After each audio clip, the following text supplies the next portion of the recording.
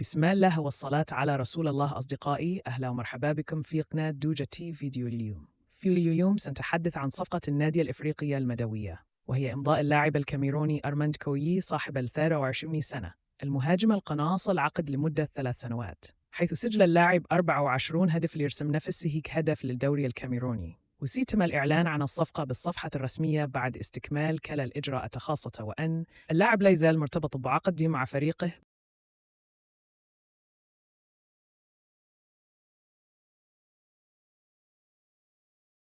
بعد العقوبة المسلطة على اللاعب غيث الصغير من قبل المدرب دافيد بيتونيب سبب التأخر في التمارين وعدم الانضباط. وبقرار من المدرب يعود اللاعب اليوم إلى التمارين مع مواصلة العقوبة المادية.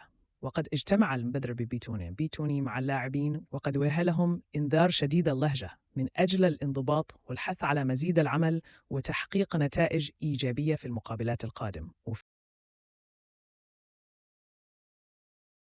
خبر مفرح تأتينا تحية الشكر وتقدير من قلب القدس العزيز إلى جماهير النادي الإفريقي الكبير. اللهم أنصر أهلنا في فلسطين وحرر المسجد الأقصى، أمين يا رب.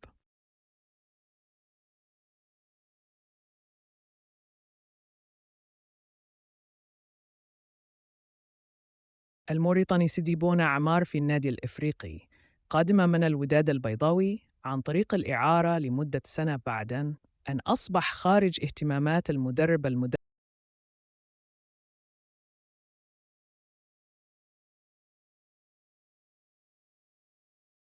دافيد بيتونيرا.